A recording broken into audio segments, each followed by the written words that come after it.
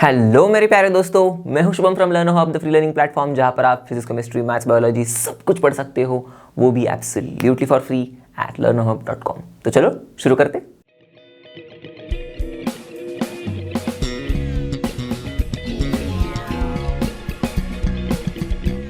तो बच्चों, आज हम लोग करने वाले इस वीडियो में आपके आईसीएसई क्लास 7 का चैप्टर नंबर 5। पहले 4 चैप्टर तो हम लोग ने कर लिए हैं कंप्लीट। अब ये चैप्टर नंबर 5 जो है लैंग्वेज ऑफ केमिस्ट्री, इसके कॉन्सेप्ट्स हम लोग इसी एक ही वीडियो में अच्छे से कवर करेंगे, अच्छे से सीखेंगे। ओके, और लास्ट में कुछ सवाल भी देखेंगे ताकि आपको थोड़ी बहुत अंडरस्टैंडिंग आ जाए कि कितना आपको समझ में आया है। राइट, तो बिना टाइम वेस्ट किए शुरू करते एंड लेट्स रॉक।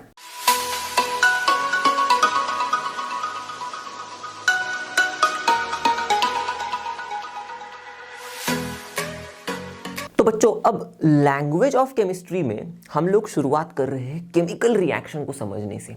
ओके, तो केमिकल चेंजेस, फिजिकल चेंजेस ये हम लोग ने पढ़ लिए हैं राइट, कुछ चैप्टर्स पहले। तो ये जो केमिकल चेंज नाम की चीज़ थी ना, उसी से रिलेटेड अब केमिकल रिएक्शन में चीज़ें होने वाली है। क्योंकि इन शॉर्ट अगर मैं कहूँ केमिकल रिएक्शन एकदम आसान भाषा में, तो वो सिंपली है मैटर के अंदर होने वाला केमिकल चेंज। बस बस बस।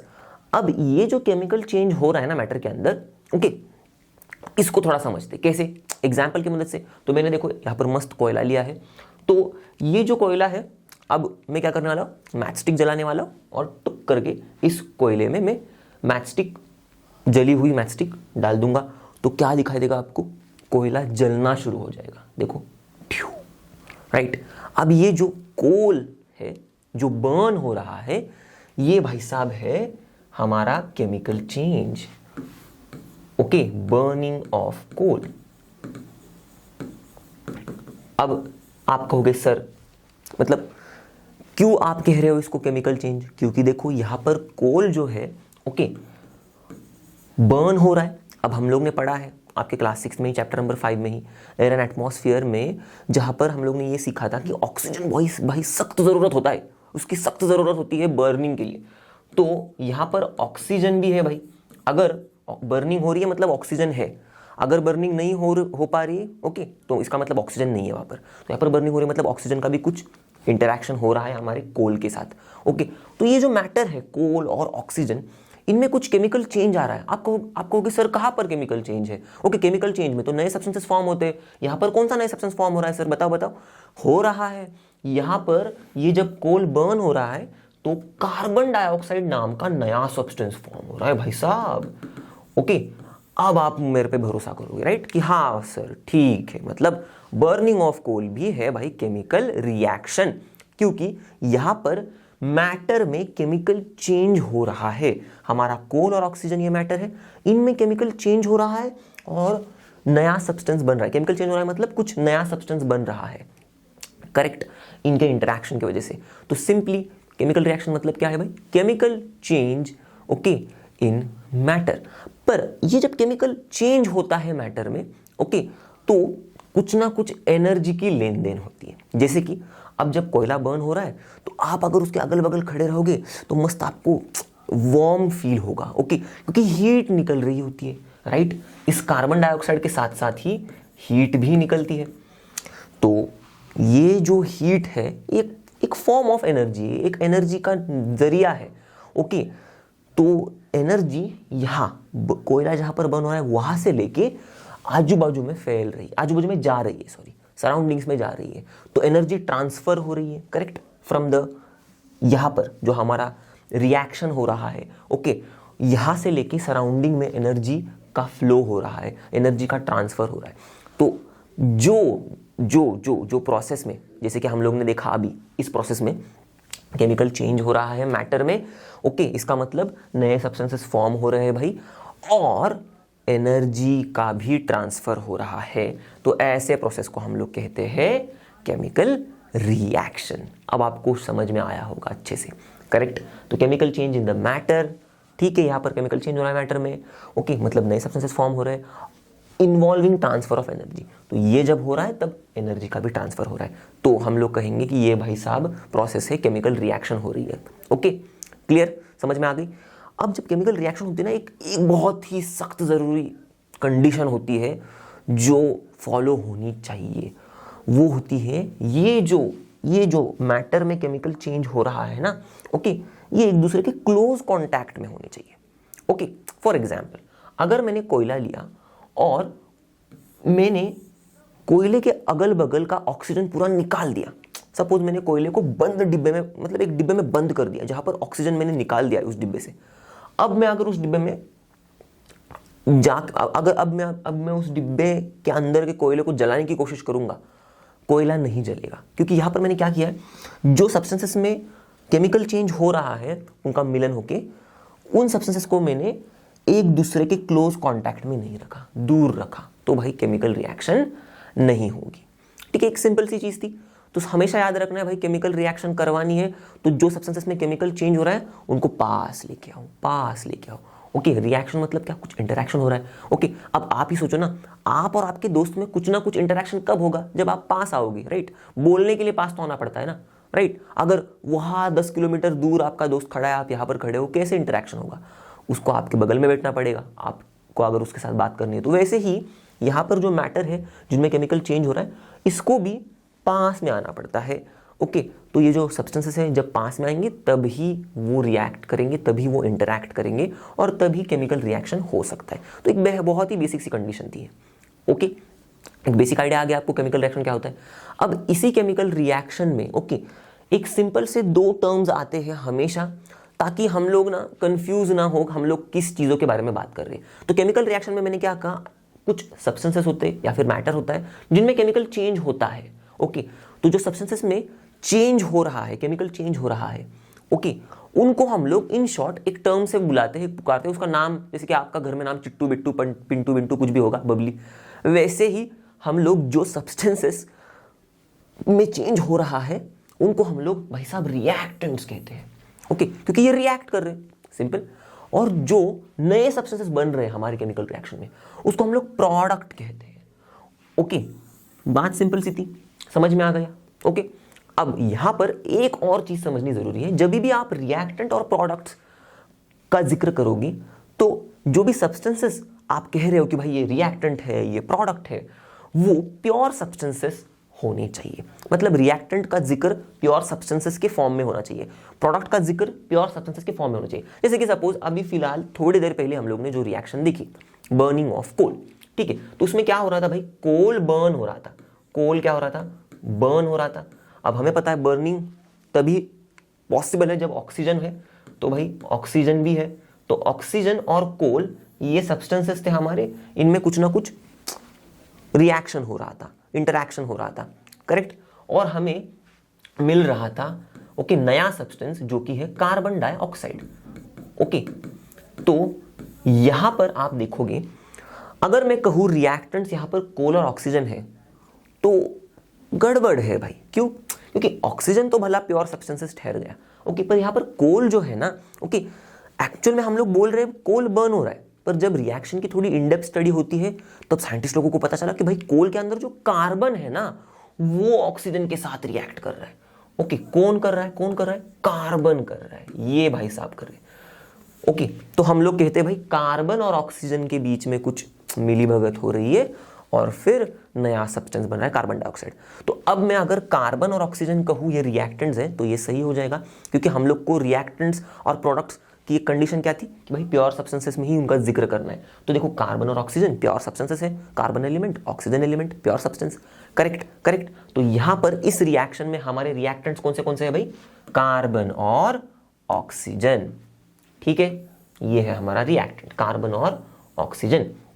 और कुछ नया सब्सटेंसेस ब्रो बनता है उसको हम लोग प्रोडक्ट कहते हैं। तो प्रोडक्ट कौन सा है भाई, कार्बन डाइऑक्साइड। सिंपल थी। अब ये जो केमिकल रिएक्शंस हम लोग ऐसे मुंह से बोल रहे हैं या फिर मैं अगर इसको लिखूं, ओके, जैसे कि इसी रिएक्शन को, same reaction, okay, burning of coal को, तो मैं अगर सिर्फ सिंपली बर्निंग ऑफ कोल लिखूं, ओके, बर्निंग ऑफ कोल, तो इसको देख के क्या आपको कौन से रिएक्टेंट्स है, कौन से प्रोडक्ट्स है, कुछ फटाक से आइडिया लग रहा है क्या? ओके, थोड़ा बहुत घुसना पड़ रहा है अंदर, राइट, थोड़ा बहुत सोचना पड़ रहा है, थोड़ा बहुत ढूंढना पड़ रहा है कि भाई कोल में मतलब बर्निंग ऑफ कोल में क्या हो रहा है, कार्बन ऑक्सीजन के साथ रिएक्ट करके कार्बन डाइऑक्साइड बना रहा है। ये सब कहानी इस शब्द के पीछे छुपी हुई है, करेक्ट। तो इतना क्लियर आइडिया नहीं आ रहा है हमको कि इस रिएक्शन में हो क्या रहा है, कौन से सब्सटेंसेस में चेंज हो रहा है, कौन से सब्सटेंसेस नए बन रहे हैं, कुछ इतना फटाक से समझ में नहीं आ रहा है। तो इसीलिए हम लोग कोई भी केमिकल रिएक्शन हो तो उसको थोड़ा आसान भाषा में समझने के लिए कि उस भाई केमिकल रिएक्शन में क्या हो क्या रहा है, कौन से सब्सटेंसेस रिएक्ट कर रहे हैं, कौन से सब्सटेंसेस नए बन रहे हैं।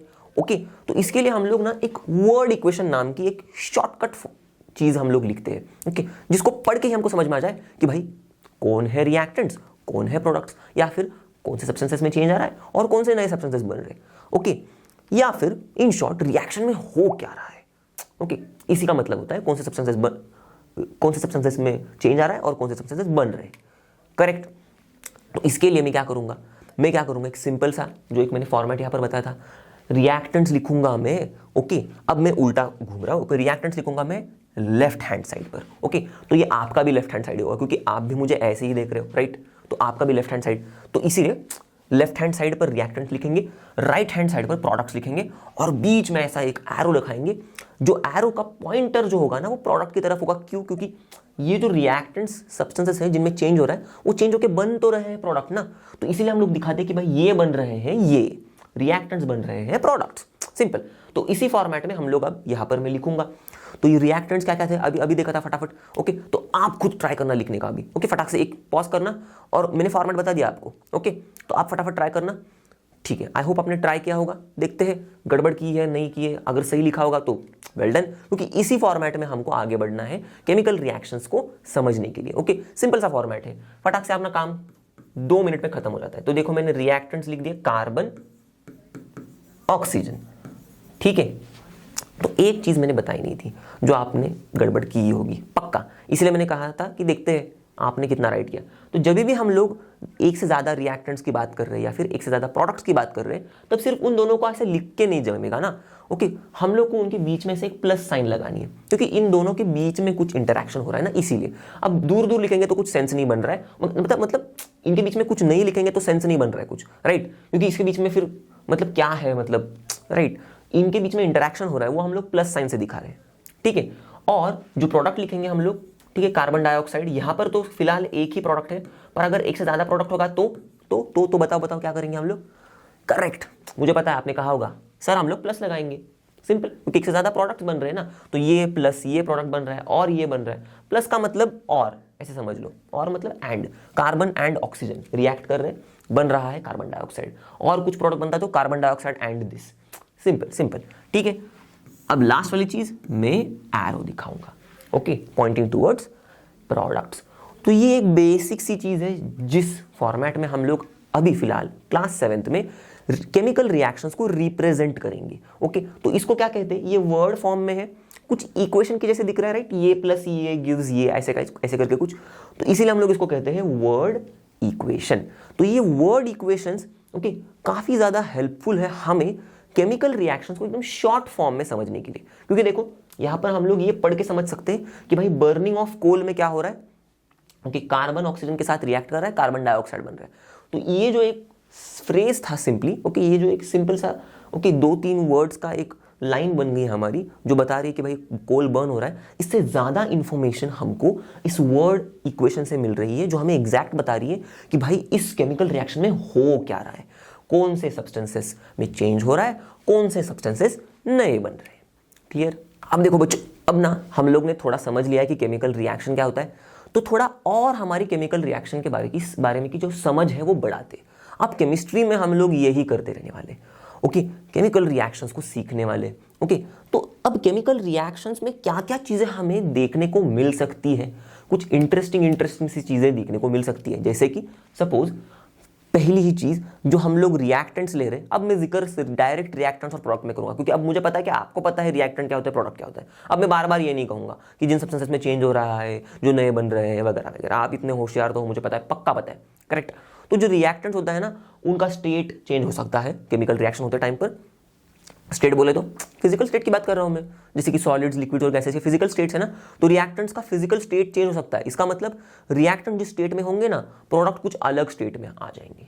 ठीक है, वैसे ही स्मेल चेंज हो सकता है, केमिकल रिएक्शन होते होते आपको एक अलग स्मेल आ सकती है, केमिकल रिएक्शन होते होते आपको अलग कलर दिख सकता है। Wow, super. फिर केमिकल रिएक्शन होते होते आपको कोई गैस निकल रही है ऐसे कुछ दिख सकता है, या फिर कुछ प्रेसिपिटेट नाम की चीज बन रही है, ऐसे दिख सकता है। प्रेसिपिटेट भी क्या है वो समझेंगे हम लोग, एक एक करके सारी चीजें समझेंगे फटाफट। ओके, और लास्टली केमिकल रिएक्शन होते होते आपको दिख सकता है कि भाई हीट जो है ना वो रिलीज हो रही है, जैसे कि अभी हम लोग ने देखा था, राइट, बर्निंग ऑफ कोल में हीट मस्त रिलीज हो रही थी, वैसे भी आपको दिख सकता है। ठीक है, चलो तो एक एक करके इन सारी चीजों को मैं आपको एग्जाम्पल्स की मदद से समझाऊंगा, केमिकल रिएक्शंस में कैसे कैसे क्या क्या चीजें होती है। ओके, तो सबसे पहले आता है भाई, हम लोग देखने की कोशिश करेंगे कि केमिकल रिएक्शन में जो हम लोग रिएक्टेंट्स ले रहे हैं और जो प्रोडक्ट्स बन रहे हैं उनकी स्टेट्स अलग अलग हो जाते हैं। ओके, मतलब अगर रिएक्टेंट सपोज किसी एक स्टेट में है, जैसे कि सॉलिड या फिर लिक्विड, तो प्रोडक्ट भाई साहब गैस स्टेट में भी बन सकता है। गजब चीज है, करेक्ट। देखते हैं तो कैसे कैसे कैसे मतलब इसको कैसे समझेंगे। एक रिएक्शन है मेरे पास जो मैं आपको दिखाऊंगा। ओके, तो कुछ ड्रॉ वगैरह करके दिखा रहा हूं ताकि आपको थोड़ा विजुअलाइज हो जाए, तो चीजें थोड़ी सी अच्छे से समझ में आती है। रिएक्शंस को थोड़ा ना विजुअलाइज करके समझेंगे तो रिएक्टेंट्स भी याद हो जाते हैं, प्रोडक्ट्स भी याद हो जाते हैं। और आपको याद रखना है, अभी से जो भी मैं रिएक्शन बताऊंगा उनके रिएक्टेंट्स और प्रोडक्ट्स आपको याद रखने हैं, प्लस उन रिएक्शंस में आप क्या ऑब्जर्व कर रहे हो वो भी याद रखना है, क्योंकि यहां से आगे जितने भी हम लोग रिएक्शंस पढ़ेंगे, ओके, तो हमें केमिकल रिएक्शंस जब हम लोग पढ़ रहे हैं ना, तब हमारा जो मेन फोकस होना चाहिए वो होना चाहिए कि भाई कौन से प्रोडक्ट्स बन रहे हैं और हम लोग क्या ऑब्जर्व कर पा रहे हैं, क्योंकि केमिकल रिएक्शन है ही मैजिक, राइट। देखो ना, कुछ सब्सटेंसेस लेते हैं हम लोग और उनसे कुछ नए ही सब्सटेंसेस बन जाते हैं, मैजिक ही तो है, राइट। तो इस मैजिक में जो कुछ भी हो रहा है बस वही याद रखना है, बस। और जो मैजिक में हमें दिख रहा है वो याद रखना है, बस। तो मैजिक में जो कुछ भी बन रहा है मतलब प्रोडक्ट्स, मैजिक में जो कुछ भी आपको दिख रहा है मतलब ऑब्जर्वेशन। खत्म खत्म खत्म। चलो, तो यहां पर मैं टेस्ट ट्यूब ले रहा हूं, आपको पता ही होगा टेस्ट ट्यूब क्या है। तो उस टेस्ट ट्यूब में मैंने एक अमोनियम क्लोराइड नाम का सब्सटेंस ले लिया। अब ये अमोनियम क्लोराइड जो है, ओके, मस्त एकदम ऐसा कंपाउंड है कि देखो आपके होश ही उड़ जाएंगे, क्योंकि इसको जब मैं अब हीट करूंगा, टेस्ट ट्यूब में मैंने अमोनियम क्लोराइड तो ले लिया, अब मैं इसको हीट करने की शुरुआत कर रहा हूं। हीट अच्छा खासा हीट हो रहा है ये, ठीक है। तो आपको दिखाई देगा कि यहां से ना ऊपर कुछ गैसेस निकल रही है, ओके, ऐसे आपको ऐसी गैस निकलती हुई दिखेंगी, ऐसे, ओके, गैसेस की ऐसी धुआं जैसा होता है ना, वैसे ऐसी गैसेस निकलती हुई दिखेंगे आपको। और धीरे धीरे अमोनियम क्लोराइड गजब हो जाएगा, एकदम गजब। अमोनियम क्लोराइड धीरे धीरे घटता जाएगा, तो कम होते एक पॉइंट पर अमोनियम क्लोराइड गायब, और ये गैसेस तो निकल ही रही। तो क्या हो रहा है, मतलब मैजिक ही हो रहा है, राइट। ये अमोनियम क्लोराइड गायब हो गया, गायब। अब ये जो गैसेस निकल रही है, ओके, तो साइंटिस्ट लोगों ने बहुत दिमाग वगैरह लगाया और ढूंढ के निकाला कि भाई ये हो क्या रहा है, ये जादू हो क्या रही है। ओके, ये गायब तो हो रहा है, पर ये जो गैस निकल रही है ये कुछ तो होगा, जिसके मतलब कुछ तो बन रहा है यहाँ पर, राइट। तो इन्होंने ढूंढा, तो ये गैसेस जो थे ना, इनमें ना दो अलग अलग गैसेस थी। एक था हाइड्रोजन क्लोराइड गैस, ठीक है, हाइड्रोजन क्लोराइड गैस। अब ये हाइड्रोजन क्लोराइड जो है ये अलग सा एक कॉम्पाउंड है, पर ये एक था हाइड्रोजन क्लोराइड गैस और दूसरा था अमोनिया गैस। ओके, तो ये गजब होने वाला रिएक्शन में भाई साहब हमारा रिएक्टेंट जो है, ओके, जिसमें चेंज हो रहा है, तो ये था रिएक्टेंट हमारा, ओके, ये सॉलिड स्टेट में था, करेक्ट, सॉलिड में था। और जो प्रोडक्ट्स हमको मिल रहे, जो नए सब्सटेंसेस बन रहे, वो देखो गैस में है, देखा। तो केमिकल रिएक्शन में हो रहा है ना चेंज स्टेट में, करेक्ट। अब आप क्या करोगे, आप खुद लिखोगे इस वाले केमिकल रिएक्शन का वर्ड इक्वेशन। ओके, चलो पॉज करो फटाफट और लिखने की कोशिश करो, मैं हूं यहां पर। ओके, तो पॉज करने के बाद रिज्यूम बैक करके आंसर भी चेक कर लेना, ठीक है। चलो कर लिया पॉज, ओके। तो आई होप आपने लिखा होगा वर्ड इक्वेशन। ओके, तो अब देखते हैं राइट है या नहीं है आपने जो लिखा हुआ वर्ड इक्वेशन है वो। ओके, तो देखो सिंपल सी चीज है, बस वर्ड फॉर्मेट में तो लिखनी है। तो रिएक्टेंट्स में लिखूंगा लेफ्ट हैंड साइड पर, तो अमोनियम क्लोराइड, ठीक है। अब मेरे पास जगह कम है तो इसलिए मैं इस तरफ लिख रहा हूं, थोड़ा नीचे आप सीधा लिख दो। ओके, फिर एक ही तो रिएक्टेंट है बेचारा, तो इसी को लिख दिया मैंने, बस एरो कर दिया। अब मैं प्रोडक्ट्स लिखूंगा, खत्म। तो प्रोडक्ट्स क्या था मेरे पास, हाइड्रोजन क्लोराइड, ठीक है, और क्या था, अमोनिया, बस खत्म हो गया मेरा ये वर्ड इक्वेशन। सिंपल था ना। तो अब देखो ये जो पूरी मैंने कहानी बताई, बस ये एक वर्ड इक्वेशन से पता चलती है कि भाई अमोनियम क्लोराइड में कुछ चेंजेस हो रहे हैं, जादू हो रहा है और हाइड्रोजन क्लोराइड और अमोनिया बन रहा है। Correct, simple simple. चलो अब देखो, आपको दिख रहा होगा स्क्रीन पर एक ऐसे गोल मटोल पीला वाला स्माइली नाक बंद कर रहा है और वो देख रहा है किसके ऊपर, ऐसे कुछ अंडा फूट गया है और कुछ एकदम सड़े हुए अंडे जैसा स्मेल आ रहा है बेचारे को, तो उसको स्मेल लिया नहीं जा रहा है। तो ये भी कभी कभी हमको दिख सकता है, मतलब केमिकल रिएक्शंस में कभी कभी आपको कुछ अलग अलग तरीके के स्मेल्स आ सकते हैं। जब केमिकल रिएक्शन होता है ना, तब कुछ अलग अलग तरीके के स्मेल्स आ सकते हैं, अलग अलग टाइप के। तो फॉर एग्जाम्पल मैं अब आपको एक ऐसा रिएक्शन बताता हूँ जिसमें सड़े हुए अंडे का स्मेल आता है। तो आप कहोगे सर मेरी तो बिल्कुल इच्छा नहीं है सड़े हुए अंडे की स्मेल लेने की। लो भी मत, पर सीखना तो जरूरी है, क्योंकि ऐसा भी होता है, बहुत अलग अलग टाइप के स्मेल्स आते हैं। ठीक है, तो एक एग्जाम्पल से हम लोग समझने की कोशिश करते हैं कि भाई कैसे सड़े हुए अंडे का स्मेल भी आता है भाई केमिकल रिएक्शन में। ओके, तो मैंने क्या किया, मैंने लिया फिर से एक टेस्ट ट्यूब। तो केमिकल रिएक्शन कर रहे हैं मतलब हम लोग टेस्ट ट्यूब वगैरह से ही काम करेंगे। करेक्ट। अब इसमें टेस्ट ट्यूब में मैंने लिया डाइल्यूट हाइड्रोक्लोरिक एसिड। ठीक है, चलो तो मैंने यहाँ पर डाइल्यूट हाइड्रोक्लोरिक एसिड। अब फिलहाल तो आप ना ये सब चीज़ें जो मैं सब्सटेंसेस के नाम लिख रहा हूँ, ओके, वो क्या है इसमें इतना घुसने की कोशिश मत करो। ये सारी चीज़ें हम लोग आहिस्ते आहिस्ते अगले अगले बड़े बड़े क्लासेस में जब जाएंगे ना, तब समझेंगे कि hydrochloric acid, dilute hydrochloric acid मतलब क्या होता है। ओके, हाइड्रोक्लोरिक एसिड मतलब क्या होता है एग्जैक्टली। ओके, सारी चीज़ें समझेंगे आराम से, आहिस्ते आहिस्ते से। ओके, तो ये मैंने एक एसिड लिया है, आप समझ लो। ठीक है, ओके, अब ये एसिड में मैं क्या करूँगा, एक आयरन सल्फाइड नाम का कंपाउंड है, उसको मैं एसिड में डालूंगा। ओके, तो सॉलिड फॉर्म में है ये। ओके, तो मैं इसको एसिड में डाल दिया टुक करके, तो ये आयरन सल्फाइड है, मैंने इसको एसिड में डाल दिया। अब क्या होगा, अब आपको आएगी सड़े हुए अंडे की बू। ओके, अब देखो कोई भी चीज़ है, भले केमिकल रिएक्शन मैजिक दिखता हो, पर इस मैजिक के पीछे साइंस है।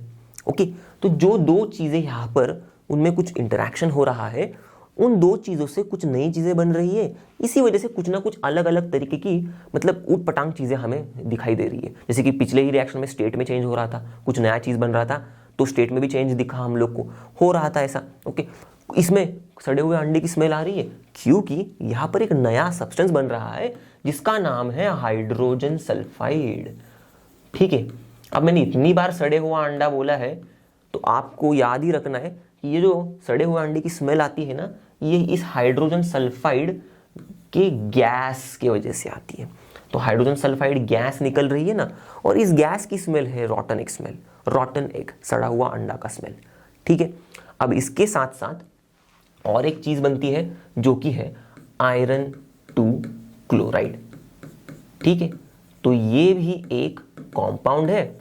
ओके, जो इन दोनों के इंटरेक्शन की वजह से बन रहा है। ओके, तो वो यहीं पर सॉल्यूशन, मतलब वो यहीं पर जहां पर ये दोनों की मिक्सिंग हो रही है ना, यहीं पर बन रहा है, बस गैस जो है ना वो बाहर निकल रही है। ठीक है, ठीक है, तो आपको समझ में आया होगा कि क्या केमिकल रिएक्शंस में पहले तो कुछ स्मेल नहीं था, पर अब तो कुछ एक सड़े हुए अंडे का स्मेल आ रहा है, तो स्मेल में चेंज दिखाई दे रहा है। ठीक है, हाँ, एक और चीज, अब आप क्या करोगे, आप खुद लिखोगे इस केमिकल रिएक्शन का वर्ड इक्वेशन। सिंपली मैंने आपको रिएक्टेंट्स बताए हैं। ओके, ये है आपके रिएक्टेंट्स, आयरन सल्फाइड और डाइल्यूट हाइड्रोक्लोरिक एसिड। ओके, और ये है हमारे प्रोडक्ट्स, हाइड्रोजन सल्फाइड और आयरन 2 क्लोराइड। तो बस इन्हीं को लिखना है जैसे मैंने यहां पर लिखा है वैसे, बस वो फॉर्मेट याद रखना है। रिएक्टेंट्स के नाम एक से ज्यादा होंगे तो बीच में प्लस, एरो लगा के आगे प्रोडक्ट्स के नाम, वो भी एक से ज्यादा होंगे तो बीच में प्लस, खत्म। ठीक है, तो मुझे पता है आप अच्छे से लिखो, लिख दोगे। Okay, clear. ठीक है, तो केमिकल रिएक्शन में ना हमें कभी कभी गैस निकलती हुई भी दिख सकती है। तो सर आप कहोगे सर अभी तो देखा हम लोग ने, राइट, वही तो एग्जाम्पल था। ओके, तो गैस निकलने के मतलब गैस जब निकलती है ना, तो हम लोग 3 तरीके से उस गैस को निकल रहा है वो समझ सकते हैं। एक तो स्मेल से। ओके, तो अगर कुछ स्मेल आ रहा है, हमको समझ में आ रहा है कि यार कुछ गैस जैसा दिख रहा है हमें निकल रहा है और उसका कुछ स्मेल आ रहा है। ओके, अगर दिखाई भी ना दे फिर भी अगर कुछ स्मेल आ रहा है, इसका मतलब कुछ गैस निकल रही है। ठीक है, ठीक है, बात समझ में आ गई। तो गैस निकल रही है, इसका एक हम लोग तर्क लगा सकते हैं स्मेल से, स्मेल आ रहा है मतलब गैस निकल रही है। तो अभी हम लोगों ने एग्जांपल देखा, सड़े हुए अंडे का स्मेल आ रहा था, इसका मतलब हाइड्रोजन सल्फाइड गैस निकल रही थी। ठीक है, एग्जाम्पल खत्म उस चीज का। ओके, दूसरी एक ऑब्जर्वेशन हो सकती है हमारी कि भाई गैस निकल रही है, ये हमको कैसे समझ में आ सकता है, बबल्स जब आएंगे तब। ठीक है, तो बबल्स जो आते हैं ना, ओके, सपोज मेरे पास टेस्ट ट्यूब में ऐसे कुछ लिक्विड है, ओके, इसके अंदर से अगर गैस निकल रही है ना, तो ना बबल्स आते हैं यहाँ पर ऐसे ऐसे ऐसे ऐसे, ओके, बबल्स फॉर्म होते हैं और वो सरफेस पर आते हैं ऐसे, यहाँ पर सरफेस पर, और फूट जाते हैं ऊपर और गैस निकल जाती है।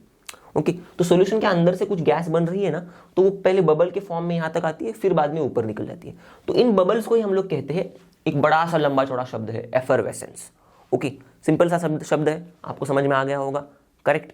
तो अब इस एफरवेसेंस वाले, अब जब एफरवेसेंस हो रहा है इसका मतलब गैस निकल रही है, तो इसका ही एक एग्जांपल देख लेते हैं। बहुत अच्छा सा एग्जांपल है, ओके, बहुत सिंपल सा है। तो उसमें क्या होता है मालूम है, हम लोग लेंगे सोडियम कार्बोनेट। ओके, तो एक सोडियम कार्बोनेट नाम का हम लोग कंपाउंड लेंगे, सोडियम कार्बोनेट।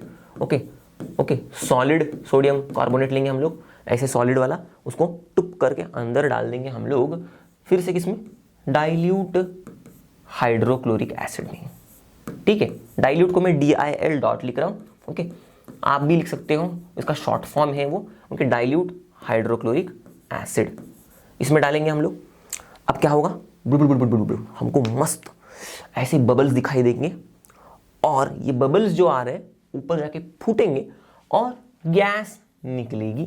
और ये जो गैस है वो क्या है, वो है कार्बन डाइऑक्साइड। ओके, तो अब मुझे पता है कि आपने भी कई बार सॉफ्ट ड्रिंक्स पिए होंगे। ओके, आई होप पिए होंगे। पीना तो नहीं चाहिए, अच्छी बात नहीं होती, अगर नहीं पिया है तो भी अच्छी बात है। नहीं पिया होगा तो भी आपने देखा होगा, जब आप उसका ढक्कन खोलते हो ना तो ऐसे बबल्स आने लगते हैं। ओके, और अगर गलती से आप उसको शेक करोगे और ढक्कन खोलोगे तो पूरा ऊपर ही उड़ जाएगा, करेक्ट। तो ऐसा क्यों होता है, ओके, तो बबल्स जो आ रहे हैं ना, हम लोग जब ढक्कन खोलते हैं तब, और पिस करके सी आवाज निकलती है बाहर, वो एक्चुअल में होती है कि gas, carbon dioxide gas.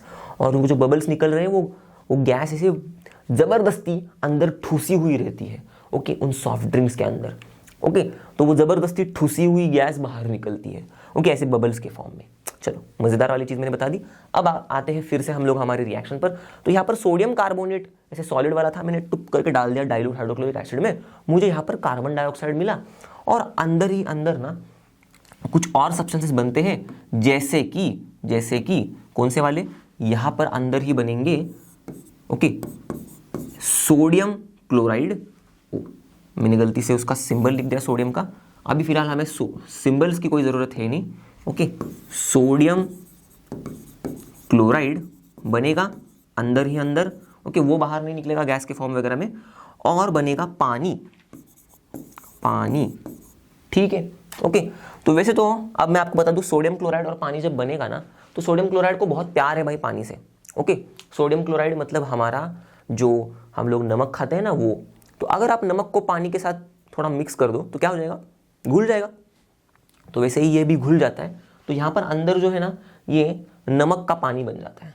Okay, ऐसे में एकदम लेमैन्स टर्म में बोल रहा हूँ। ओके, तो सोडियम क्लोराइड और पानी का मिक्सचर हो जाता है यहाँ पर अंदर। ओके, पर ये भी कुछ नए सब्सटेंसेस बन रहे हैं। क्लियर? तो आपको समझ में आ गया होगा कि इस रिएक्शन में भी देखो, ये है हमारे रिएक्टेंट्स, सोडियम कार्बोनेट और डाइल्यूट हाइड्रोक्लोरिक एसिड। ठीक है, ओके। तो ये ऐसे लिक्विड था, ये सॉलिड था। ओके, अब देखो इनको मैंने मिक्स कर दिया तो मुझे एक गैस वाला प्रोडक्ट मिल गया जिसका नाम है कार्बन डाइऑक्साइड, और कुछ ऐसे सब्सटेंसेस मिले, ओके, सोडियम क्लोराइड और वाटर, ओके, जो यहाँ पर ही प्रेजेंट है। क्लियर? तो ये रिएक्शन भी आप देख सकते हो, चेंज ऑफ स्टेट वाला भी एग्जाम्पल हो सकता है, क्योंकि देखो सॉलिड और लिक्विड हमारे रिएक्टेंट्स हैं, पर बन रहा है प्रोडक्ट। जो प्रोडक्ट्स बन रहे हैं उनमें से एक तो गैस वाला प्रोडक्ट बन रहा है, ना ही सॉलिड ना ही लिक्विड, वो तो गैस वाला बन रहा है, तो स्टेट में भी चेंज आ रहा है। और इसमें अब जो हम लोग रिएक्शन ये पढ़े, किसके लिए पढ़े? एफरवेसेंस को समझने के लिए, इवोल्यूशन ऑफ गैस को समझने के लिए। गैस का इवोल्यूशन मतलब रिलीज होना। ठीक है, तो यहाँ पर देखो गैस का रिलीज हो रहा है। ठीक है, तो आपको क्या करना है भाई, जो भी रिएक्शंस मैंने बताए ना, यहां से आगे पहले बताया मैंने, सबसे पहला एग्जाम्पल जब रिएक्शन का बताया, कार्बन और ऑक्सीजन हमको कार्बन डाइऑक्साइड देता है बर्निंग ऑफ कोल में, वहां से लेके सारे रिएक्शंस को आपको ओके उनके रिएक्टेंट्स, उनके प्रोडक्ट्स और उनमें आप क्या ऑब्जर्व कर रहे हो वो भी चीजें याद रखनी है। ठीक है, तो एक एक करके मैं सारे रिएक्शंस में ये बताता पक्का जा रहा हूं कि क्या है रिएक्टेंट्स, क्या है प्रोडक्ट्स और आप क्या ऑब्जर्व करोगे। ओके ठीक है, जैसे कि पहले ही रिएक्शन में कार्बन और ऑक्सीजन की मिलीभगत हो रही थी तो कार्बन डाइऑक्साइड मिल रहा था, उसमें हम लोग ये ऑब्जर्व कर सकते कि भाई हीट हमें निकल रही है ना बाहर, तो हम लोग हीट को थोड़ा फील कर सकते हैं, ऑब्जर्व कर सकते हैं। ठीक है, दूसरे वाले रिएक्शन में जैसे हम लोगों ने देखा ओके, तो वहां पर स्टेट में चेंज हो रहा था, तो भाई अमोनियम क्लोराइड गायब ही हो रहा था, ओके गैस के फॉर्म में बदल रहा था, तो जो भी हम लोग ने सब्सटेंस लिया था रिएक्टेंट वो बदल के गैस में हो रहा था। ठीक है, तो वो भी हमारा एक ऑब्जर्वेशन है कि भाई सॉलिड जो हमारा है ओके वो निकल के पूरा का पूरा गैस में बदल रहा है, सॉलिड गायब हो रहा है, वो भी एक हमारा ऑब्जर्वेशन बन गया। ठीक है ओके, उसके अलावा ये वाला जो रिएक्शन हम लोगों ने देखा थोड़ी देर पहले, सड़े हुए अंडे का स्मेल आना, वो भी एक ऑब्जर्वेशन है, और यहाँ पर ये बबल्स आना ये भी एक ऑब्जर्वेशन है। तो सारे रिएक्शंस में एक ऑब्जर्वेशन भी बताते चल रहा हूं मैं, साथ ही साथ रिएक्टेंट्स और प्रोडक्ट तो पक्का बता रहा हूं। तो ये आपको इन 3 चीजों का बस ध्यान रखना है और इन 3 ही चीजों को याद रखना है, जो भी केमिकल रिएक्शंस हम लोग सीखेंगे उनको उनमें। ठीक है, तो यहां पर भी देखो मैंने बताया आपको रिएक्टेंट्स कौन से हैं, सोडियम कार्बोनेट और डाइल्यूट हाइड्रोक्लोरिक एसिड, प्रोडक्ट्स कौन से हैं, कार्बन डाइऑक्साइड, सोडियम क्लोराइड और वाटर। अब इसको आप लिख सकते हो ना वर्ड इक्वेशन में, बिल्कुल राइट, मुझे हाँ सुनाई दे रहा है आपसे, यस यस। अब देखो गैस निकल रही है, इसको हम लोग और एक तरीके से ऑब्जर्व कर सकते हैं, जैसे कि कलर वाली गैस अगर हमको दिखी तो हमको समझ में आएगा अरे भाई कुछ कलर निकल रहा है बाहर, मतलब कलर की गैस निकल रही है। ठीक है, तो कलर वाली गैस कैसे निकलती है उसका एक रिएक्शन का एग्जांपल देखते हैं। तो मेरे पास ना एक कंपाउंड है, मैंने टेस्ट ट्यूब में ना लेड नाइट्रेट करके कंपाउंड लिया है। Okay, lead nitrate. ठीक है भाई साहब, तो ये जो लेड नाइट्रेट है ओके, चलो इसको मैं अब क्या करूंगा, अमोनियम क्लोराइड की तरह ही मैं इसको भी हीट करूंगा। तो हीट करने पर ये क्या होगा, ये लेड नाइट्रेट बदल जाएगा कुछ ऐसे चीजों में जिनमें से एक चीज होगी कलर वाली गैस, जैसे कि आपको दिखाई देगा कि भाई ऐसे रेडिश ब्राउन कलर की गैस निकल रही है बाहर। ओके, कौन सी कलर की, रेडिश ब्राउन कलर की, और ये रेडिश ब्राउन कलर की गैस है ओके, गैस है हमारी nitrogen dioxide gas. Okay, nitrogen dioxide की गैस निकल रही है। ओके, इसके साथ ही साथ अब देखो ये रेडिश ब्राउन कलर की गैस निकल रही है, ये हमारा एम्फेसिस है, ये हमारा ऑब्जर्वेशन, मतलब इसके ऊपर हम लोग एम्फसाइज करेंगे ओके, फोकस करेंगे ओके, क्योंकि हमको तो पढ़ना है भाई उस रिएक्शन का एग्जांपल जिसमें कलर वाली गैस निकल रही है। तो देखो इस रिएक्शन में क्या हो रहा है, लेड नाइट्रेट को मैंने सिर्फ लिया, हीट किया, तो मुझे कलर वाली गैस निकल रही है, दिख रही है, पर इसके साथ साथ और क्या बन रहा है वो भी हमको समझना है, वो भी हमको याद रखना है। ओके, तो प्रोडक्ट्स में इसके साथ साथ और बन रहा है, ऑक्सीजन गैस भी निकल रही है।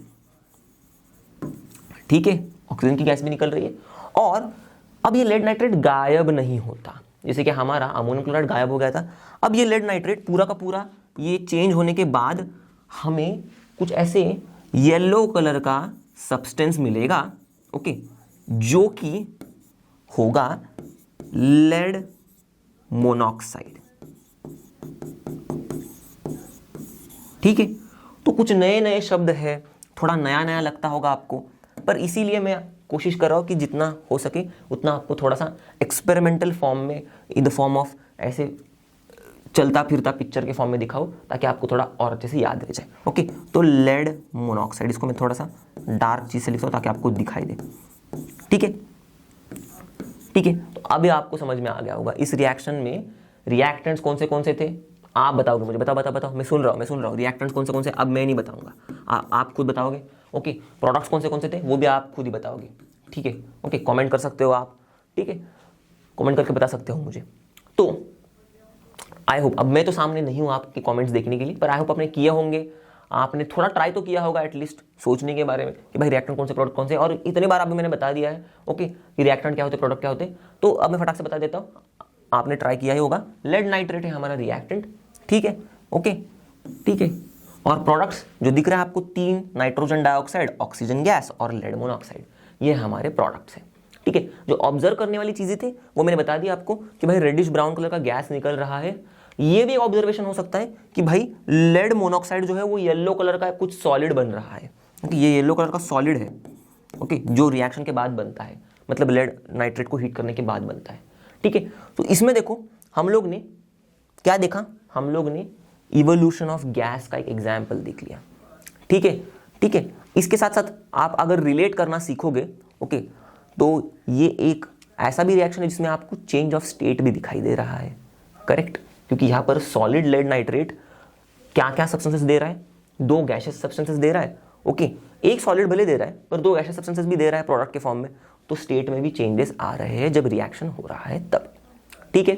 तो इवोल्यूशन ऑफ हीट में तो एग्जाम्पल हम लोग ने जो शुरुआत वाला एग्जाम्पल लिया था ना केमिकल रिएक्शन को समझने के लिए, वो ही यहाँ पर काम कर जाएगा, जो कि है बर्निंग ऑफ कोल, जहाँ पर कार्बन और ऑक्सीजन का रिएक्शन होता है और कार्बन डाइऑक्साइड बनता है और हीट रिलीज होती है, करेक्ट। तो उस केमिकल रिएक्शन में हम लोग इवोल्यूशन मतलब रिलीज होना हीट का, तो हीट का रिलीज होना हम लोग ने ऑब्जर्व कर लिया था, ठीक है। तो फिर से नहीं बताऊंगा मैं, वो तो हम लोग ने उस टाइम पर देख लिया था। आगे बढ़ते हैं, चेंज इन कलर भी हमें दिख सकता है रिएक्शन जब होता है तब, और फॉर्मेशन ऑफ प्रेसिपिटेट, इन दोनों को हम लोग एक साथ ही समझ लेंगे। वैसे तो चेंज इन कलर वाले रिएक्शन का एग्जांपल्स तो हम लोग ने पहले भी देख लिया था, ओके, जहां पर हम लोग को, ओके, येलो कलर का लेड मोनोऑक्साइड मिल रहा था, रेडिश ब्राउन कलर का नाइट्रोजन हमारा डाइऑक्साइड गैस मिल रहा था, करेक्ट। तो वहां पर कुछ कलर में बदलाव दिख रहे थे हमको, पर फिर भी यहां पर हम लोग फिर से एक बार देखेंगे कि कलर में कैसे चेंजेस होते हैं, ठीक है। तो इस टाइम पर प्रेसिपिटेट में भी कैसा फॉर्म होता है वो भी देखेंगे, प्रेसिपिटेट क्या है वो भी देखेंगे, ठीक है। तो शुरुआत करते हैं हम लोग। मैंने क्या किया, मैंने टेस्ट ट्यूब लिया, टेस्ट ट्यूब के अंदर मैंने लेड एसीटेट नाम का, ओके, लेड एसीटेट नाम के कंपाउंड का सॉल्यूशन ले लिया, ठीक है। तो ठीक है, ऐसे लिक्विड वाला है वो, समझ लो। और मैं ऊपर से क्या कर रहा हूं, दूसरे टेस्ट ट्यूब में मैंने पोटेशियम आयोडाइड का सॉल्यूशन ले लिया, ओके, वो भी ऐसे लिक्विड फॉर्म में है, ठीक है, चलेगा। चलो तो पोटेशियम आयोडाइड में लिख देता हूं, पोटेशियम आयोडाइड, ओके, ओके। तो ये दोनों भी ना ऑलमोस्ट ऐसे वाइटिश कलर के होते हैं, ये भी ऐसा कलरलेस टाइप होता है, ये भी ऐसे वाइटिश कलर का होता है, मिल्की वाला। पर इनको दोनों को मिक्स करने के बाद ना हमें एक सुंदर सा, मस्त सा, एकदम प्यारा सा येलो कलर का प्रेसिपिटेट मिलता है, ओके। येलो कलर का प्रेसिपिटेट मतलब येलो कलर का ऐसा, ओके, इनसोल्यूबल सॉलिड मिलता है। इनसोल्यूबल, अब ये भी आपके लिए एक नया शब्द होगा। इनसोल्यूबल मतलब जो यहाँ पर घुल नहीं रहा है, ओके, इस लिक्विड में। तो घुल नहीं रहा है तो बाहर ही रहेगा लिक्विड के, तो बाहर रहेगा तो हम लोग उसको कहते हैं इनसोल्यूबल, जो नहीं घुल रहा है वो, और सॉलिड होता है, ओके। तो ना घुलने वाला सॉलिड यहाँ पर बनता है जो येलो कलर का होता है, और ऐसे ना घुलने वाले सॉलिड को ही हम लोग कहते हैं प्रेसिपिटेट, ठीक है। तो ये दोनों के मिलन की वजह से ये कुछ अलग सा ही कंपाउंड बन रहा है, ओके। इसका नाम है भाई लेड आयोडाइड, लेड आयोडाइड, ठीक है, ठीक है, ओके। तो पोटेशियम आयोडाइड का सॉल्यूशन लेड एसीटेट का सॉल्यूशन का मिलन हो गया, ऐसे लिक्विड, ये 2 लिक्विड्स का मिलन हो गया, हमको एक सॉलिड मिल गया, तो चेंज ऑफ स्टेट वाला भी एग्जांपल हो गया ये, ओके। तो देखो एक रिएक्शन अगर लेंगे हम लोग तो सिर्फ एक ही चेंज नहीं दिख सकता हमें, हो सकता है 2 या 3 से ज्यादा चेंजेस भी दिख जाए। तो यहाँ पर देखो ये तो ऑलमोस्ट व्हाइट कलरलेस था, ये तो एकदम ऐसे व्हाइटिश था, ओके, मिल्की वाला, पर इनका मिलन होने के बाद, ओके, एक येलो कलर का कंपाउंड हमको दिख गया लेड आयोडाइड करके, ओके, जो इनसोल्यूबल है, तो इसको हम लोग प्रेसिपिटेट कह रहे हैं। तो इस रिएक्शन में देखो कलर का चेंज दिख रहा है आपको, प्रेसिपिटेट का फॉर्मेशन भी समझ में आ गया आपको, ठीक है। इसके साथ साथ और एक कंपाउंड बनता है जो कि यहीं पर पड़ा रहेगा, वो होगा पोटेशियम एसीटेट, ठीक है। तो देखो अब मैं ना आपको थोड़ा सा एक ट्रिक बता देता हूं याद रखने के लिए भी इसके प्रोडक्ट्स। देखो लेड आयोडाइड एक प्रोडक्ट है, आपने याद रख लिया एक चीज सपोज, ओके, ठीक है। तो लेड और आयोडाइड निकल गए, तो बचा क्या, पोटेशियम और एसीटेट, तो दूसरा प्रोडक्ट बनेगा पोटेशियम एसीटेट। एक सिंपल सा ट्रिक मैंने बता दिया इस वाले रिएक्शन का प्रोडक्ट्स याद रखने के लिए, ठीक है, ठीक है। ये इसी पे अप्लाई करना, ओके, इस वाले रिएक्शन के लिए अप्लाई करना, ये तो आपको याद रह जाएगा फटाफट। क्लियर हो गई बात? तो आपको यहां पर भी समझ में आ गया होगा रिएक्टेंट्स कौन से हैं, बताओ बताओ बताओ मुझे, रिएक्टेंट्स कौन से हैं, ओके, और प्रोडक्ट्स कौन से हैं वो भी बताओ। और एक बार आपने मुझे बता दिया ये दोनों चीज कौन से हैं, तो वर्ड इक्वेशन लिखना आपके बाएं हाथ का खेल हो जाएगा, राइट। बस बीच में प्लस डाल देना है जहां पर एक से ज्यादा रिएक्टेंट्स हो या फिर एक से ज्यादा प्रोडक्ट्स हो, और एरो लगा देना है फ्रॉम रिएक्टेंट्स टू प्रोडक्ट्स, खत्म। ओके, तो रिएक्टेंट्स अब आई होप आपने ढूंढ ही लिया होगा। तो रिएक्टेंट्स है हमारे लेड एसीटेट और पोटेशियम आयोडाइड सॉल्यूशन, बता देता हूं अभी, और प्रोडक्ट्स है हमारे लेड आयोडाइड और पोटेशियम एसीटेट, ठीक है। रिएक्टेंट्स पोटेशियम आयोडाइड और लेड एसीटेट, ठीक है, ये हम लोग ने शुरुआत में लिए थे, इनमें चेंजेस हो रहे हैं। और प्रोडक्ट्स है हमारे लेड आयोडाइड और पोटेशियम एसीटेट, ठीक है, ठीक है, क्लियर हो गई बात?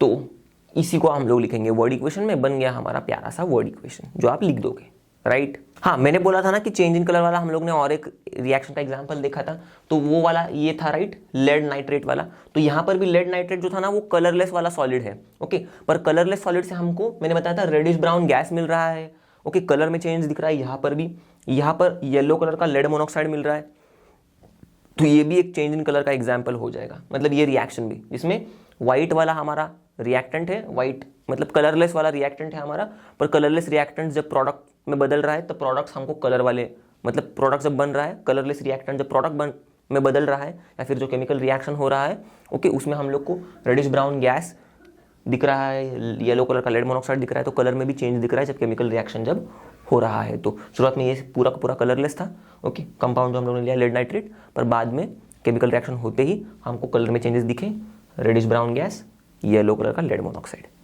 ठीक है, क्लियर। तो आगे बढ़ते हैं, बहुत सारे हम लोग ने चीजें सीख ली, अब टाइम आया है देखते हैं हमको चीजों को अब सीखे हैं तो अप्लाई करने को आ रहा है कि नहीं, ओके। तो वर्ड इक्वेशंस लिखने हैं बस सिंपल सिंपल से, अब यहां पर पढ़ना है ठीक से और फिर लिखना है, ओके। मैंने आपको रिएक्टेंट्स के नाम और प्रोडक्ट्स के नाम दे दिए हैं, ओके। तो ये जो मैंने वर्ड इक्वेशन लिखने के लिए कहा है वो मैंने सिंपल सेंटेंसेस लिखे हैं जो केमिकल रिएक्शन हमें बता रहा है, ओके। तो ये पर्टिकुलर सेंटेंस में एक केमिकल रिएक्शन है, ओके। आपको बस इससे रिएक्टेंट्स ढूंढने हैं, प्रोडक्ट्स ढूंढने हैं और फिर वर्ड इक्वेशन के फॉर्म में लिखना है, रिएक्टेंट्स गिव्स प्रोडक्ट्स, खत्म। तो देखो, when hydrogen gas is burned in oxygen gas, ठीक है, मिल गया, रिएक्टेंट्स मिल गए, हाइड्रोजन गैस और ऑक्सीजन गैस बर्न हो रहे हैं, it results into the formation of water, तो प्रोडक्ट भी मिल गया, ठीक है। तो हाइड्रोजन गैस, राइट, तो गैस नहीं लिखेंगे हम लोग, सिर्फ हाइड्रोजन लिखेंगे, ओके, ऑक्सीजन गैस, ठीक है। तो when hydrogen gas is burned in oxygen gas it results into the formation of water, तो हाइड्रोजन और ऑक्सीजन ये हो गए हमारे रिएक्टेंट्स। क्या फॉर्म हो रहा है वो है हमारा प्रोडक्ट, तो एरो कर दिया मैंने, प्रोडक्ट में लिख दिया वाटर, ठीक है।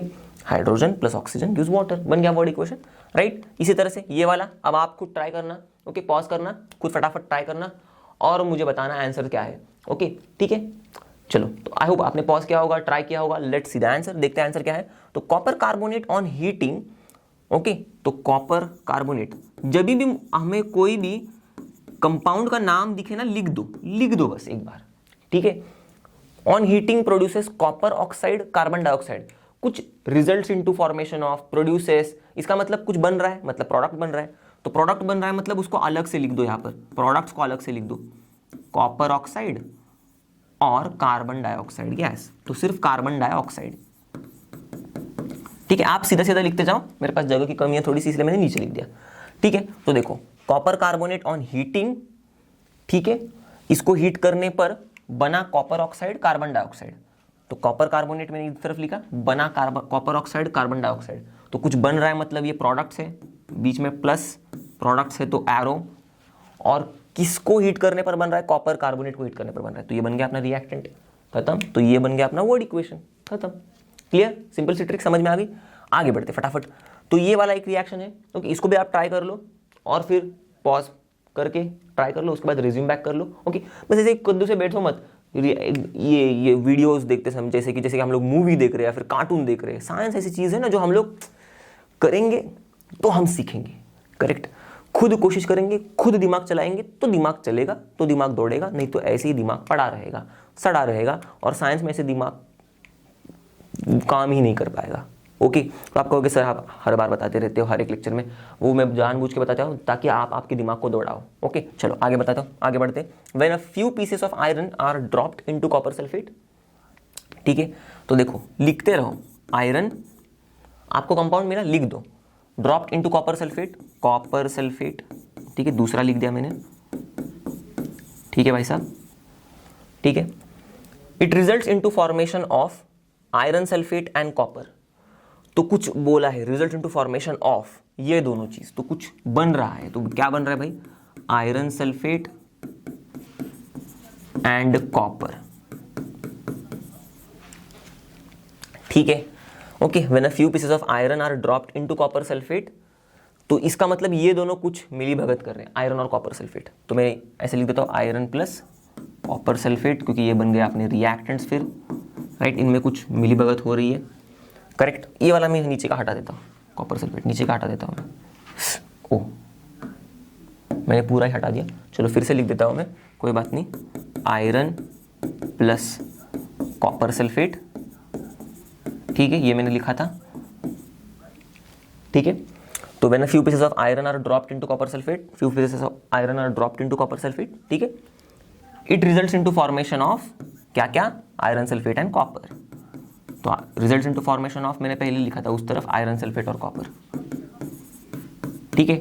तो ये कुछ बन रहा है इसलिए मैंने एरो के उस तरफ लिखा, तो ये प्रोडक्ट्स बन गए अपने दो से ज्यादा, इसलिए बीच में प्लस लगा दिया।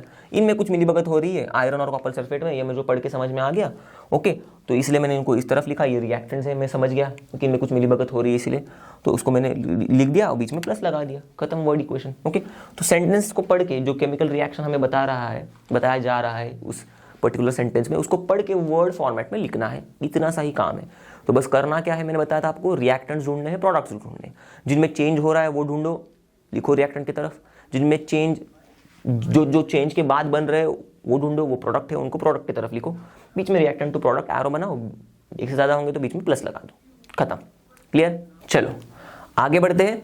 तो अब इतने सारे महाभारत हम लोग ने देखी, केमिकल रिएक्शंस को समझा, वर्ड इक्वेशन कैसे लिखना है वो कदम कदम पे हम लोग ने ट्राई करके देखा, कदम कदम पे हम लोग ने उसके एग्जांपल्स की मदद से, अब कितने ही वर्ड रिएक्शंस आपने लिखे होंगे अभी तक, तो आपको समझ में आ गए होगा कैसे लिख रहा है वो सब सारी चीज़ें।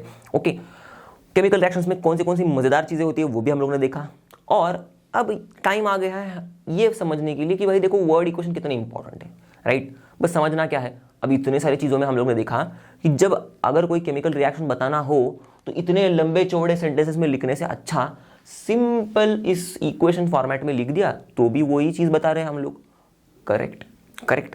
तो इसीलिए वर्ड इक्वेशन का बड़ा सा इस्तेमाल इसी चीज़ में है कि हम हमारा टाइम बचा रहे, राइट, केमिकल रिएक्शन को बताने के लिए कोई भी हम हमारी जगह बचा रहे, स्पेस बचा रहे, राइट, लिखने की जगह, पेपर भाई इंपॉर्टेंट है हमारे लिए, तो पेपर कम यूज हो रहा है, छोटी सी चीज़ है, ओके, और हमारी एनर्जी भी बच रही है, तो इतना बड़ा लंबा चौड़ा सेंटेंसेस लिखो, ओके, उससे अच्छा भाई इतू से वर्ड्स लिख दो इक्वेशन के फॉर्म में, खत्म बात, तो हमारी एनर्जी भी बच रही है। इंसान तो ऐसी मतलब चीज़ों को आसान करने के पीछे ही पड़ा हुआ है, हम लोग भी यहाँ पर क्यों है, आप ये वीडियो क्यों देख रहे हो, आप मेरे से क्यों सीख रहे हो अभी, क्योंकि आपको भी चीज़ें आसान तरीके में समझनी है, हमारा मोटो भी वही है, लर्निंग को सिंप्लीफाई करना, राइट। तो वो ही चीज़ें हो रही है, हम लोग भी केमिकल रिएक्शंस को थोड़े सिंप्लीफाइड वर्जन में लिख रहे हैं, तो हमें हमारा टाइम स्पेस एनर्जी सब कुछ बच रहा है, तो ये है हमारे वर्ड इक्वेशन का यूजफुलनेस हमारे लिए। चलो तो अब और कुछ चीज़ें हम लोग थोड़े और दो रिएक्शंस नए से इंटरेस्टिंग से बताता हूं मैं आपको, क्योंकि मैंने बताया था पूरे वीडियो लेक्चर में, मैंने बताया आपको कि आपको एम्फसाइज करना है, आपको ध्यान देना है, आपको याद रखना है कौन सी दो चीज़ें, प्रोडक्ट्स, रिएक्टेंट्स, और कौन सी तीन चीजें, प्रोडक्ट्स, रिएक्टेंट्स और ऑब्जर्वेशंस, राइट, ठीक है। अब रिएक्टेंट्स ऐसी चीज है ना कि वो तो आपको जब क्वेश्चन पूछा जाएगा तब आपको दिया ही जाएंगे reactants by default, almost, okay, जरूरी नहीं कि सारे दिए होंगे, तो दिए ही जाएंगे मोस्टली। तो बचा क्या, सिर्फ प्रोडक्ट और ऑब्जर्वेशन आपसे पूछ सकते हैं, तो यहां पर भी यही पूछा है मैंने आपसे कि यहां पर मुझे आप बताओ कि right your observations, okay, and the names of the products formed, ठीक है, ऑब्जर्वेशन और names of the products formed, ये मुझे बताओ for the following chemical reactions. तो सबसे पहला है भाई when concentrated sulphuric acid is added to cane sugar, तो बस आपको इतना ज़्यादा घुसना नहीं है चीज़ों में कि भाई क्यों हो रहा है, क्या हो रहा है, मतलब क्यों हो रहा है वो सब में नहीं जाना है अभी फिलहाल रिएक्शन में। ये सब क्या हो रहा है और क्या दिख रहा है ये बस हमको समझना है। तो जब मैं कॉन्सेंट्रेटेड सल्फ्यूरिक एसिड नाम का एसिड में डालता हूं केन शुगर में, ओके, केन शुगर मतलब हमारा, हम लोग जो घर में शुगर खाते हैं ना वही केन शुगर होता है, ओके, सुक्रोज कहते हैं हम लोग उसको, उसमें डालते हैं ना तो क्या होता है मालूम है। सपोज अब मैं दिखा देता हूं आपको, मैंने ऐसे एक बीकर ले लिया, उसमें मस्त मैंने केन शुगर लिया है, ओके, और उसमें अब मैं मस्त एकदम गर्मा गर्म, मतलब मैं मजाक कर रहा हूँ, मस्त एकदम अच्छा खासा कॉन्सेंट्रेटेड सल्फ्यूरिक एसिड डालूंगा। एक्चुअल में वो गर्मा गर्म ही होता है, ओके, तो हाथ नहीं लगाना है उसको। कॉन्सेंट्रेटेड सल्फ्यूरिक एसिड इसमें डाल दूंगा ना, ओके, केन शुगर में, ओके, तो मुझे क्या दिखाई देता है मालूम है, एक ऐसे काला सा नाग ऊपर आ रहा है, मतलब नाग मतलब छोड़ दो, काला सा सांप ऊपर आ रहा है समझ लो, ओके। तो ऐसे ब्लैक कलर का स्नेक टाइप स्ट्रक्चर आ जाता है ऊपर, ऐसे करके उभर के आ जाता है, उभर के एकदम ऐसी। और वो जो स्नेक टाइप स्ट्रक्चर होता है ना वो ऐसे पोरस होता है, उसमें बीच बीच में होल्स होते हैं, ओके, मतलब पोरस मतलब होल्स मतलब स्पॉन्ज जैसा होता है। तो स्पॉन्ज जैसा काला सांप बाहर निकलेगा, ओके। तो ये हो गया हमारा ऑब्जर्वेशन। अब ये जो स्पॉन्ज जैसा काला सांप होता है ना, ये एक्चुअल में कार्बन है भाई, कार्बन, ठीक है, कार्बन, ओके। मैं पेन से लिख देता हूं आपके लिए, कार्बन। और इसके साथ साथ ऐसे मस्त गरम गरम स्टीम निकलती है, ओके। तो स्टीम मतलब क्या होता है भाई, पानी, वाटर, ओके, तो मैं यहां पर लिख देता हूं वाटर, ओके, गैस फॉर्म में, ओके, हमें तो पता ही है, क्लियर। तो देखो प्रोडक्ट्स क्या बने, काला कार्बन का सांप और steam, water, okay, in the form of gas. तो ये दो प्रोडक्ट्स हैं हमारे। ऑब्जर्वेशन क्या बना अपना कि भाई काला कार्बन का सांप निकलता है, black spongy mass of carbon rises, English में कहेंगे तो, ओके, ठीक है, बात समझ में आ गई। तो मैंने बता दिया आपको प्रोडक्ट्स, ठीक है, मैंने बता दिया आपको ऑब्जर्वेशन, क्लियर। वैसे ही ये वाले रिएक्शन का भी बता देता हूं मैं, okay. When water is added to calcium oxide, गजब का रिएक्शन है। आप क्या कर सकते हो मालूम है, मतलब कर सकते हो मतलब करने की कोशिश कर लो, पर उस चीज को खाना मत। अंडे लो, ओके, और क्या करो, इन अंडों को ना कैल्शियम ऑक्साइड में रख दो, ओके। तो कैल्शियम ऑक्साइड का ऐसा पाउडरी फॉर्म रहता है, तो कैल्शियम ऑक्साइड में इसको, इन अंडों को रख दो, ठीक है, ठीक है, ऐसे पूरा कवर भी कर दिया तो भी चल जाएगा, ओके। तो ये पूरा कैल्शियम ऑक्साइड का पाउडर है, ओके, इसमें अंडे रख दिए। अब क्या करो, इसमें ना पानी डाल दो, ओहो क्या मजा आएगा मालूम है, इसमें पानी डाल दो तो कुछ ऐसा रिएक्शन होगा, और रिएक्शन होने के बाद ऐसी ढेर सारी मस्त सी हीट निकलेगी बाहर, ओके, हीट निकलेगी अच्छी खासी, ठीक है, हीट ऐसी मस्त सी। अब ये जो हीट होगी ना, इससे आपके अंडे बॉयल हो जाएंगे सच बोल रहा हूं मैं, ओके। पर ट्राई मत करना खाने की इन अंडों को, क्योंकि केमिकल है at the last, calcium oxide भी हमारा केमिकल है, तो अंडे शायद अगर फूट बीट गए, केमिकल अंदर चला गया तो अच्छी बात नहीं है, ओके। पर आप ऐसा मतलब इतनी हीट होती है कि अंडे भी उबाल जाएंगे, ऐसे मुझे बताना था आपको, ठीक है। तो होता क्या है भाई, हम लोग पानी को ऐड करेंगे कैल्शियम ऑक्साइड में, पानी को मैंने ऐड कर दिया कैल्शियम ऑक्साइड में, ओके। तो प्रोडक्ट क्या मिलता है, प्रोडक्ट मुझे मिलता है कैल्शियम हाइड्रोक्साइड, ठीक है, ये एक प्रोडक्ट है, ये नाम का कंपाउंड बनता है। और इसके साथ साथ हम ऑब्जर्व क्या करेंगे, अब ऑब्जर्व तो ये नहीं करेंगे कि भाई ये प्रोडक्ट बन रहा है, ऑब्जर्व ये करेंगे कि भाई हीट निकल रही है, ठीक है। तो मैंने प्रोडक्ट भी बता दिया और आपको ऑब्जर्वेशन भी बता दिया। तो आपको बस इस चैप्टर में यही करना है, जैसे कि मैंने ये दो रिएक्शन बताए, और जितने हो सके उतने ज़्यादा रिएक्शंस आप सीख सकते हो आपके खुद के, मतलब आप खुद भी टेक्स्ट बुक में पढ़ के जितने ज़्यादा रिएक्शंस आप सीखोगे, सीखते टाइम पर कोशिश करना कि उन रिएक्शंस को आप यूट्यूब पर या फिर कहीं और, या फिर आपके केमिस्ट्री के लैब में जाके आपके टीचर्स को कहो कि हमको करके दिखाए वो रिएक्शन। सिंपल से रिएक्शंस की बात कर रहा हूँ मैं, बड़े बड़े कॉम्प्लेक्स रिएक्शन नहीं, छोटे छोटे से रिएक्शन, जैसे कि ये ऐसे रिएक्शंस जिसमें हम लोग ने दो चीज़ें एक दूसरे में मिक्स कर दी, कुछ प्रोडक्ट बना, कुछ ऑब्जर्वेशन निकला, बस वैसे टाइप के रिएक्शंस आप यूट्यूब पर जाके देख सकते हो, या फिर आप आपके केमिकल लैब में जाके आपके टीचर्स को बोल सकते हो कि हमें करके दिखाओ। और इस तरह से आप इसमें प्रोडक्ट्स, रिएक्टेंट्स और ऑब्जर्वेशंस को याद रखना शुरू कर सकते हो, क्योंकि आगे हम लोग जैसे जैसे केमिस्ट्री पढ़ेंगे, ओके, बहुत सारी चैप्टर्स, बहुत सारे टॉपिक्स केमिस्ट्री के ऐसे हैं जो हम लोग रिएक्शन से पढ़ेंगे। तो उस टाइम पर आपको मदद होगी, आपका एक माइंडसेट बिल्ड हो जाएगा कि केमिकल रिएक्शंस को अप्रोच कैसे किया जाए, कैसे समझा जाए, कैसे मज़ा आता है केमिकल रिएक्शंस को पढ़ने में। ओके, अगर आप सिर्फ एक सिंपल लाइन देखोगे केमिकल रिएक्शन का, वर्ड इक्वेशन देखोगे, तो आपको ऐसे लगेगा क्या ही लिखा हुआ है इसमें, कुछ समझ में तो आ नहीं आ रहा है। पर अब अगर आप उसको देखोगे कि कैसे हो रहा है वो चीज़, तो आपको और मज़ा आएगा। ठीक है, चलेगा। तो इसी के साथ बच्चों हम लोग ने इस चैप्टर के सारे कॉन्सेप्ट्स को कर लिया है कवर अच्छे से। तो आई होप आपको मज़ा आया होगा मेरे साथ पढ़ने में, आपको समझ भी आया होगा अच्छे से। पर फिर भी मुझे आप कमेंट सेक्शन में बिल्कुल बताना आपको कैसा लगा। ओके, आपके कुछ रिकमेंडेशंस होंगे, आपके कुछ अगर मुझे फीडबैक होगा कि सर आप ऐसे कुछ कर सकते हो और अच्छा करने के लिए, तो वो बिल्कुल बताइएगा। ओके, मैं ट्राई करूँगा जितना हो सकता है मेरी तरफ से उनको इम्प्लीमेंट करने की कोशिश करूँगा। और वैसे आप सभी को पता है लर्नो मतलब फ्री है पर बेस्ट है। तो और एक चीज़ बता देता हूँ मैं आपको कि ये सारे ICSE के जो हम लोग वीडियोस बना रहे हैं, उसमें हर एक चैप्टर के हम लोग ने आपके टेक्स्ट बुक के पीछे जैसे आप क्वेश्चन सॉल्व करते हो प्रैक्टिस के लिए, वैसे ही टेक्स्ट बुक के क्वेश्चंस के अलावा भी हम लोग ने कुछ ऐसे क्वेश्चंस बनाए हुए हैं, डेली प्रैक्टिस प्रॉब्लम्स कहते हैं हम लोग उनको। ओके, या फिर ऑनलाइन टेस्ट्स भी हम लोग ने बनाए हुए हैं हमारे वेबसाइट पर learnohome.com पर। तो आप बिल्कुल इन वीडियोस को देखने के बाद, टेक्स्ट बुक के क्वेश्चन सॉल्व करने के बाद आपको और प्रैक्टिस चाहिए और नए नए तरीके के क्वेश्चंस चाहिए, तो आप जाके हमारे वेबसाइट पर जाके DPPs और ऑनलाइन टेस्ट, DPPs या फिर ऑनलाइन टेस्ट, दोनों में से कोई भी चीज़ आप सॉल्व कर सकते हो, दोनों भी चीज़ें सॉल्व कर सकते हो। ओके, और आपके क्वेश्चन सॉल्विंग माइंडसेट को भी इंप्रूव कर सकते हो। ठीक है, तो मिलते हैं अगले वीडियो में अगले चैप्टर के कॉन्सेप्ट्स के साथ। तब तक पढ़ते रहना, stay tuned, bye bye and have a great day.